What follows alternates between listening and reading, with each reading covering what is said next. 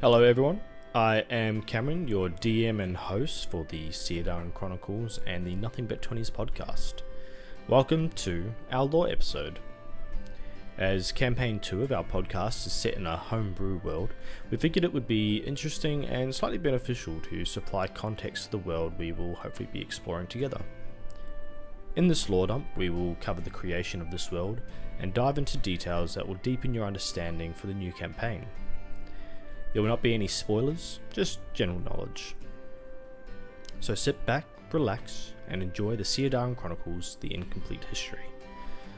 But before we get started, I would like to give a massive shout out to Michael Ghelfi. They do some amazing background music for TTRPGs and D&D podcasts. I will be leaving in the description below links to the website, Spotify and YouTube, so you can go check them out yourselves. Donations aren't necessary, but highly encouraged. All the images that you see on the screen today will be made from Midjourney AI, or have been made by Midjourney AI. We understand that there's a lot of division in the community right now over the use of AI art, and we definitely understand the plights of some. However, we don't actually have the funding to do commissions for all the artwork that we would like, so please forgive us for using some Midjourney AI art, and in the future we will definitely be looking into supporting our TTRPG communities. Without further ado, we will crack straight into it. First off, the Age of the Celestials. The universe was born in a violent display as all matter was condensed into a singularity and exploded, spewing forth its contents into the void. As the elements raced forward into the darkness, energy and forces grouped into large cosmic clouds together, spiraling like colossal pinwheels. These chaotic cataclysms rushed further and further into the dark and would, on rare occasions, collide with one another. Whenever the clouds of magic, matter, and arcane energy would make contact, they would leave behind the celestial bodies. These celestials were often immature and primitive. Raw emotion dictated their actions and drove their motivations. These celestial bodies would become the building blocks of life as we now know it. One such celestial, known as Terra, was a mass of hot molten iron and rock. It burned with a fierce anger at being left afloat in the void, alone and afraid. Terra screamed into the void, begging for an answer as it threatened to tear itself apart in a beautifully bright display of wrath and fear. For millennia, the void remained quiet, until a kind-hearted and empathetic celestial answered the call. The celestial, named Aqua, was a shapeless mass of liquid and minerals which rushed in a torrent towards the blistering bright Terra. As Aqua and Terra united, Aqua's form boiled and disintegrated as it engulfed Terra in a cool embrace. The magma cooled, forming masses that protruded from Aqua's body in sharp, jagged ridges, and the parts of Aqua that had been evaporated began to form the sky and its clouds. From this union birthed the first of the elemental gods, earth and water. These elementals began to have more shape to them, as they were drastically smaller than their parents, and they required limbs to navigate their surroundings. Fused together by the excess arcane energy and the elements of the new world, the elementals could channel the flow of the arcane, shaping the world around them to their liking. Earth tended to the dry land, coaxing the minerals from Aqua to grow massive forests and vegetation that engulfed every inch of the available land, even evolving itself to begin growing within the body of Aqua. While Earth busied itself on land, water delved into Aqua's depths, creating a vast network of oceans and currents that moved the nutrients within the Celestial's body all around Terra. With the nutrients that were found in abundance, flowing up from Terra's core through Aqua's body, water created life, bacteria and other microorganisms which began to flourish within the oceans, populating its vastness quicker than water had anticipated. these organisms quickly evolved into sea beasts of all shapes and sizes, inhabiting every corner of the seas. A symbiotic relationship formed, as Earth's creations would molt and feed water's organisms, and water's creations would die and fertilize the soil. This balance lasted for a time, until visitors arrived from the void. Another mated pair of celestials, Sol and Luna, which halted their advance as they neared Aqua and Terra.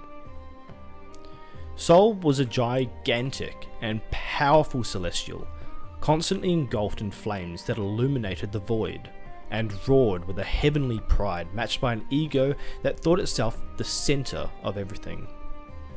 Luna, a beautifully pale mass of rock, loved Sol with all its might, following the self-absorbed celestial across the cosmos.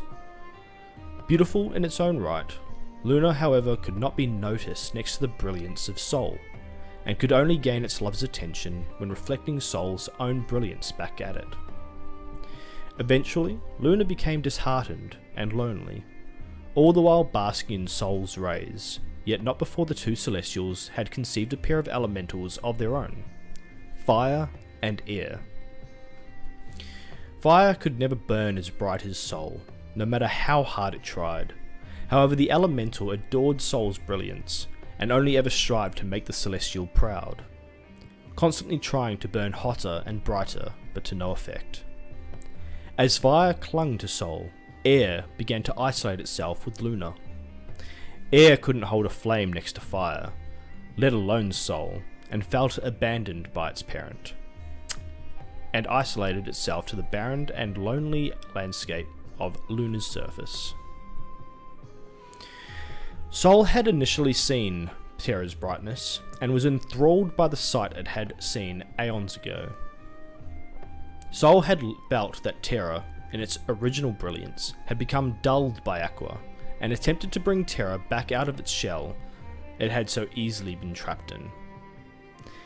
As the Celestial took its time trying to convince Terra, Fire and Air decided to visit the other elementals they could see roaming this luscious blue and green world. Excited at seeing others like themselves, Earth and Water welcomed the elementals with open arms, inviting them into their gardens. Fire and Earth spent most of their time together, as Fire was intrigued by the life Earth had created, while Air was equally as encapsulated by water and the life within the waves. Before long, Earth and Water taught Fire and Air how to channel the arcane flow of the world themselves. Fire created beasts of every shape and size to roam across the land, sheltering in the great forests and, inspired by the balance already in place, strove to keep the equilibrium. Some creatures would eat the forests, and the creatures would eat them. And other creatures would eat them, which would then be eaten again by the soil and the forests, feeding the plants for the next cycle. In a similar fashion, Air was inspired by Water's creations that would fly through the oceans at such incredible speeds that the elemental decided to create creatures that could fly through the atmosphere above. To keep the equilibrium, Air's creatures would also follow the same cycle of consume and be consumed within Water's creatures. Every day, the four elementals would live in harmony, forever creating masterpieces that they could all enjoy. However, the good times could never last. Ever so slowly, Terra began to respond to Sol's persistence. The ground began to crack, and Terra's molten core once again began to spew forth, all the while Aqua pleaded for Terra to calm and be still. However, Terra had become so enchanted by Sol's brilliance and wanted to bask in its radiance. Terra's hardened crust began to soften, and the creations of the elementals were crushed or engulfed by Terra's molten core. The ensuing union of Sol and Terra nearly caused the planet to break in half as a new elemental was born. From Sol and Terra's passion and brilliance came an elemental unlike the others before it. This elemental took on a smooth, dark-skinned, humanoid shape, that shone near as bright as his parents, and would be known as Light, the King of Souls. Light was as calm and prideful as Sol, and as fierce and powerful as Terra. While this union occurred, Luna and Aqua were forced to sit idly by and watch their lovers embrace one another. Aqua became heartbroken and struggled to free itself from Terra's hold, washing the land in tsunamis. Luna, however, was struck with a jealousy and envy it had never known, and began to hatch its revenge. Seeing Aqua attempt to escape, Luna began to seduce the Celestial. Aqua, blinded by sadness, quickly latched onto the love that Luna appeared to offer, reaching for the brilliant rock in the sky. The two embraced in a union of lust, envy, and jealousy, conceiving the sixth and last elemental, Twilight, the Queen of Shadows, taking the form of a smooth, pale-skinned humanoid that was near as beautiful as Luna. Twilight's personality was twisted from the negative emotion of her parents' union, inheriting Aqua's love, yet being twisted to only love itself, and inheriting Luna's cunning and intellect, only to be twisted to be used for selfish desires. The new elementals were barely introduced to the world before witnessing the effects of their parents' union, and the effect it was having on the siblings as well as their creations. On one side of the planet, Terra and Sol were burning the elementals' creations in a fiery storm, while on the other side of the planet, Aqua was flooding and drowning whatever creations remained. The elementals decided that it is within their best interests for survival, as well as their parents, to lock the essence of the Celestials away. Working together, the elementals created immensely powerful creatures that could rival the strength of the Celestials, while Light and Twilight devised ways of separating the essence of their parents from their physical form. Twilight created her own parallel shadow realm that split the physical realm from the arcane, while Light harnessed large quantities of arcane energy. Passing this energy in and out of the shadow realm distorted the Celestials' arcane essences from their physical forms long enough for their creatures to imprison them away.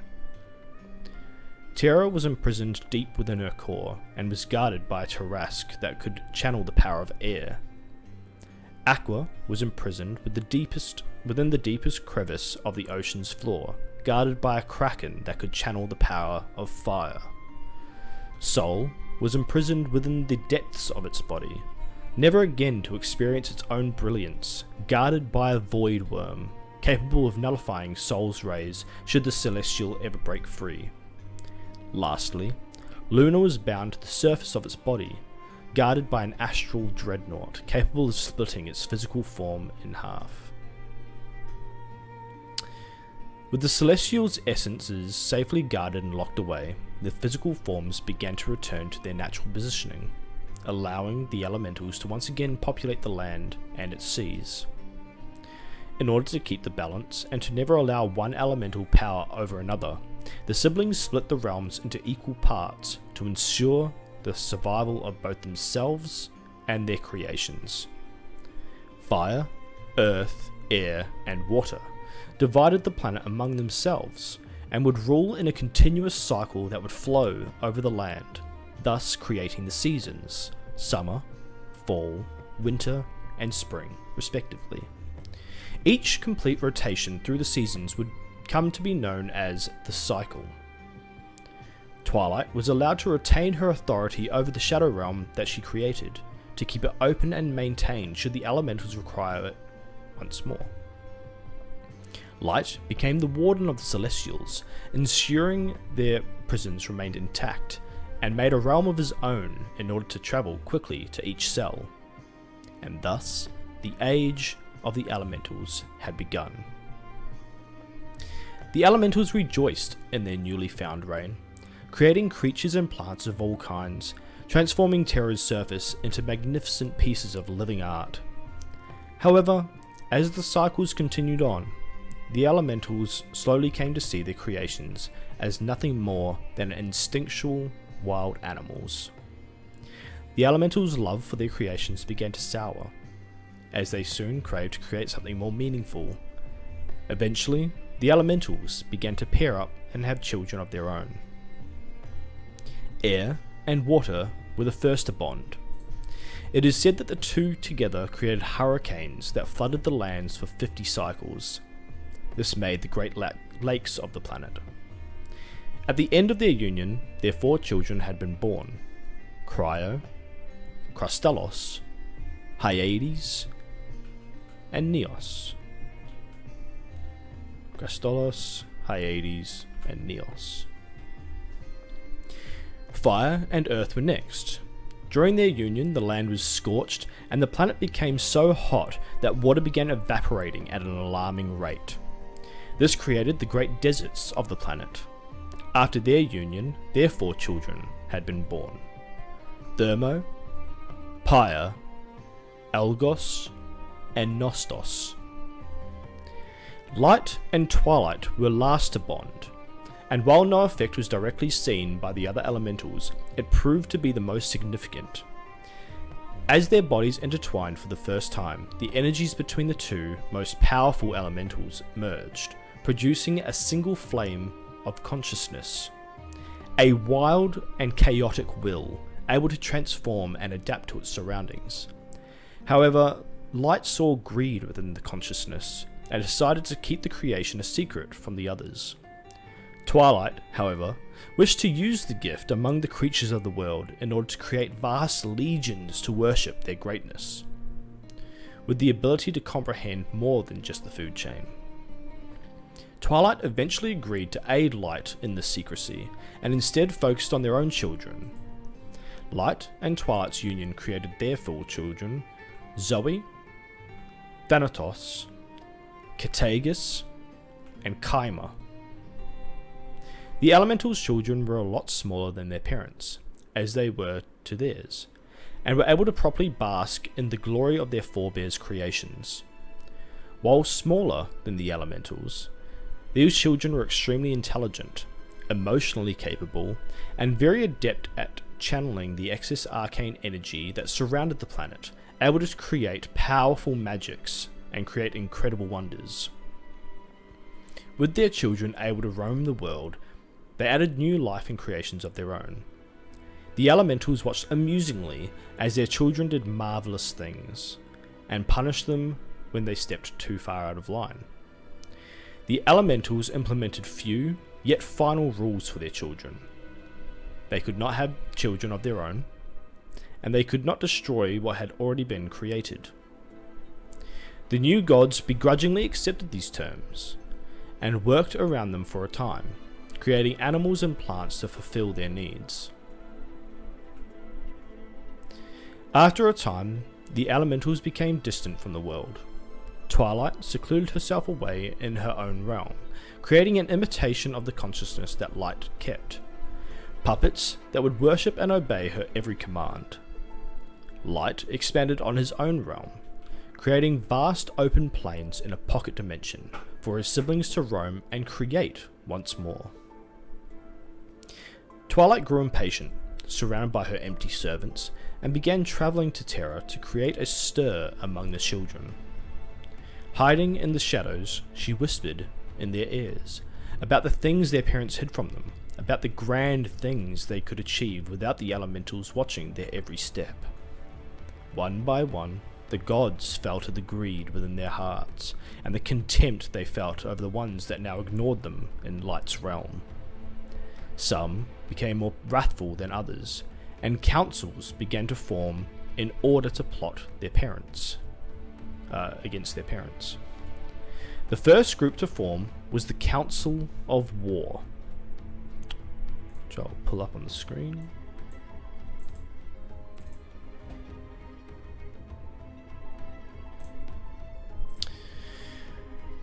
The first group to form was the Council of War. The members urged their siblings to take up arms against their parents and gain control of the world that they had inherited.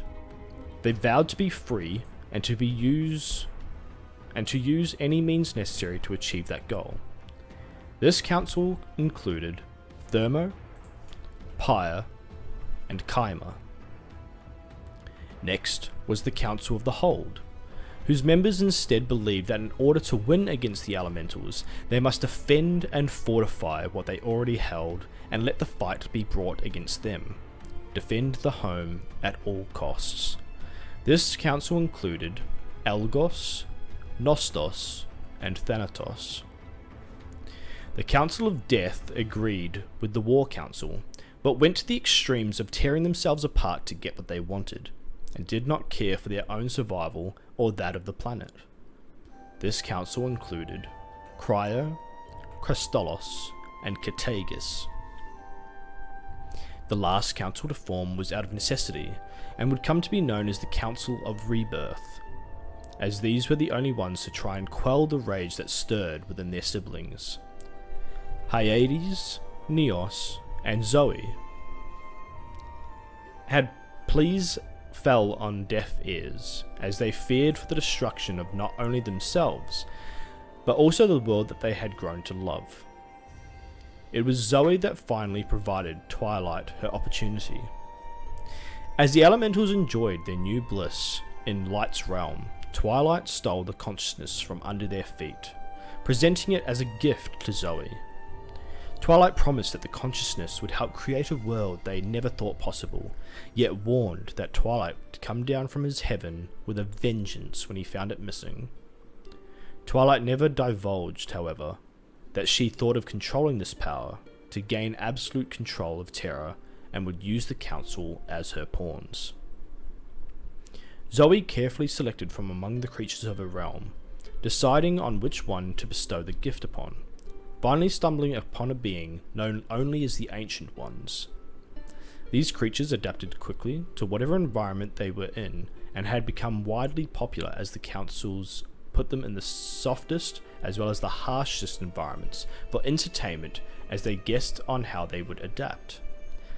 Zoe bestowed consciousness upon them and showed the other councils what she had done.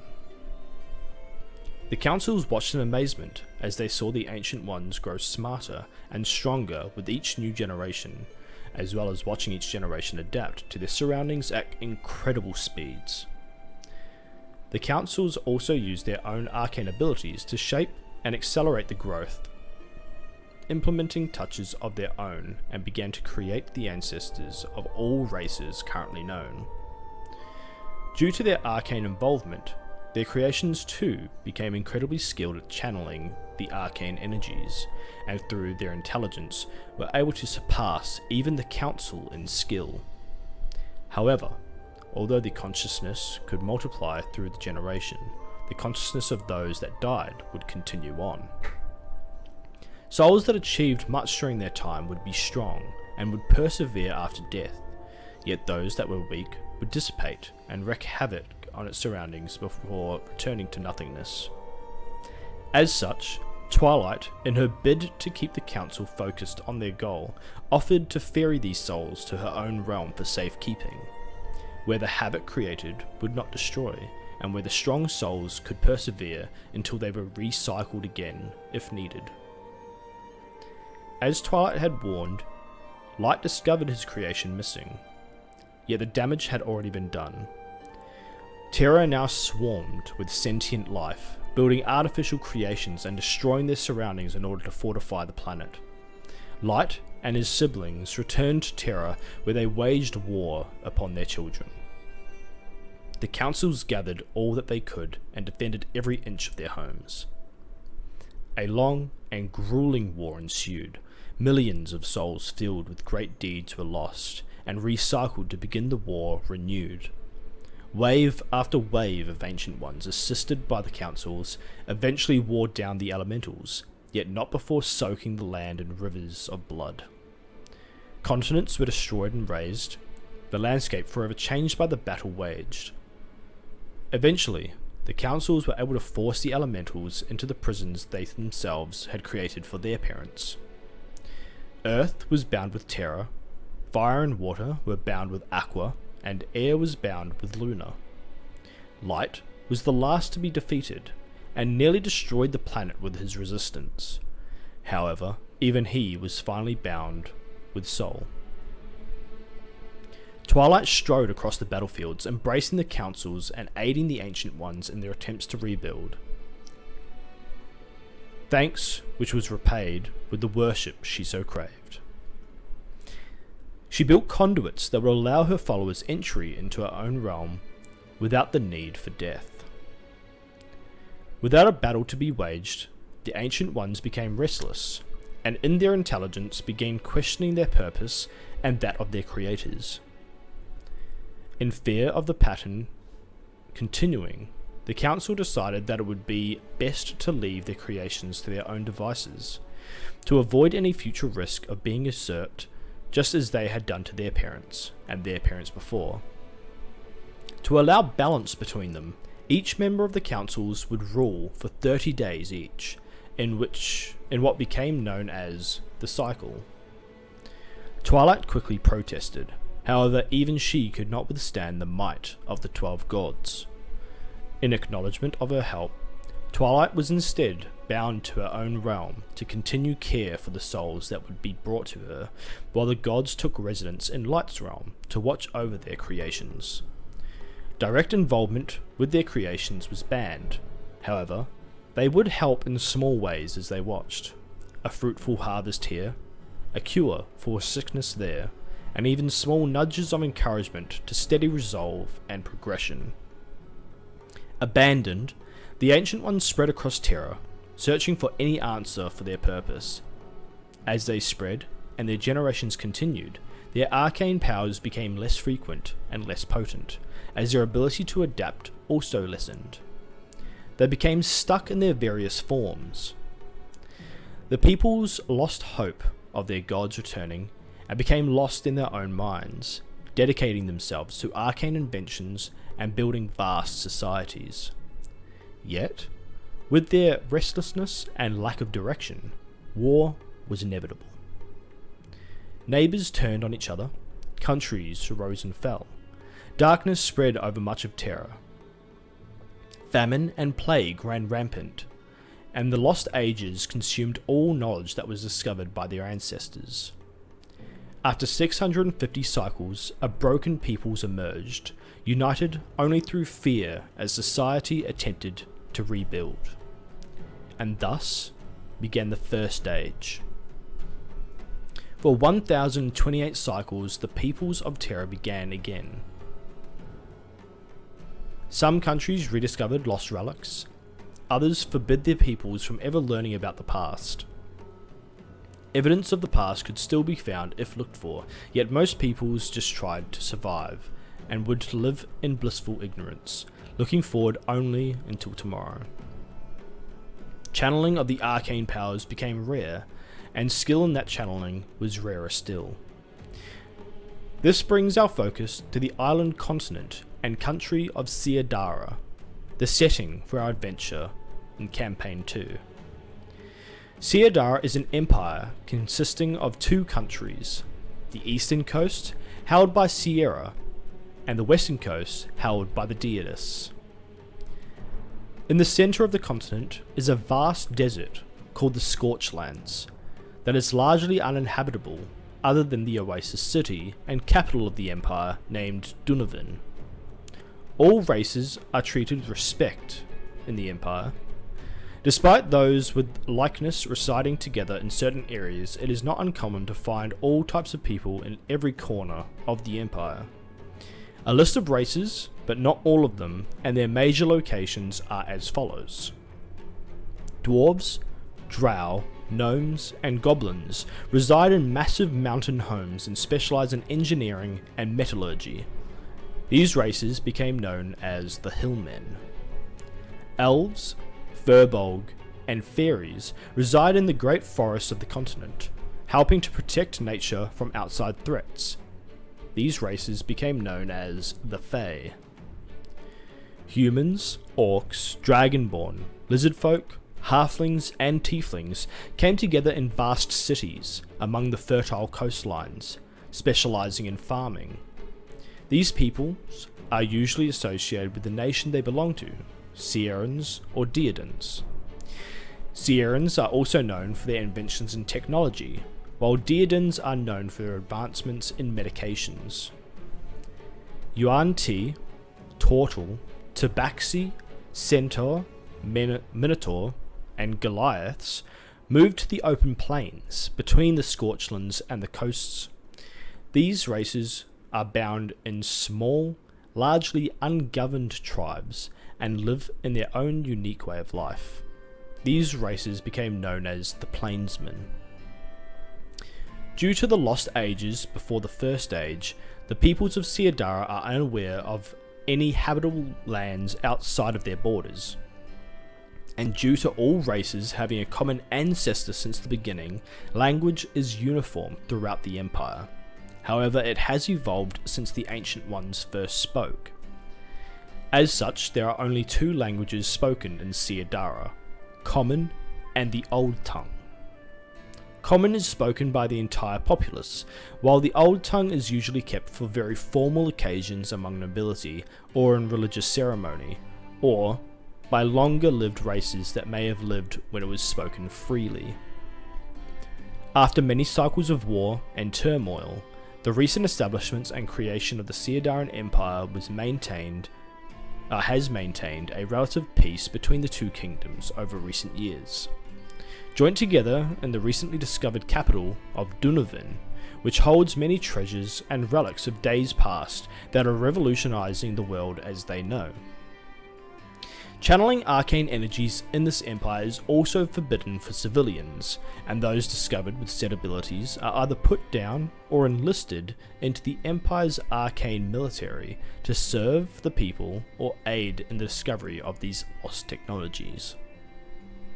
We join our adventurers in the Cycle 1021 for Session 0 and Cycle 1028 for Session 1.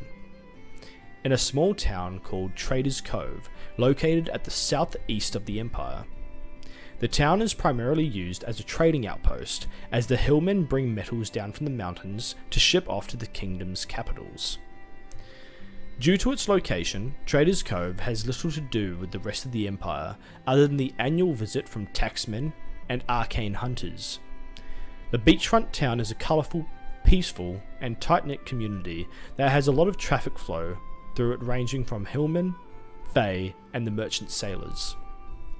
As such, the peoples here consider themselves to be free and independent of the turmoils and greed experienced by the other cities in the Empire, and strive to maintain it so. The town centre has few buildings, and other than trade, Trader's Cove specialises in ship repair and gooseberry wines. In our next episode of Lore, we will meet our...